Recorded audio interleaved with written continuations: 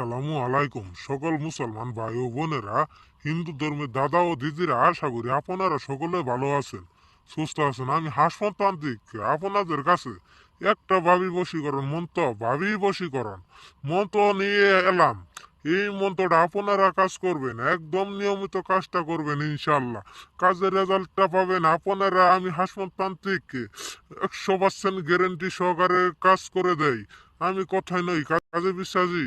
আজকের মন্ত্রটা অনেক পাওয়ারফুল, আদি ও আসল কালের বই থেকে মন্ত্রটা দিচ্ছি।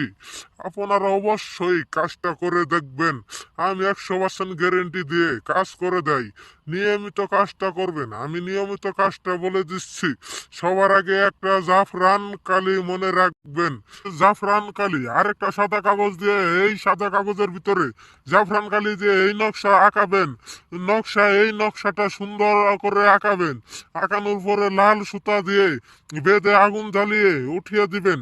করিয়ে দেওয়ার সাথে সাথে এইভাবে আপনার কাছে ছটফটাইয়া কেমনে আইব, কেমনে কি করব তার মাথায় ধরবে না।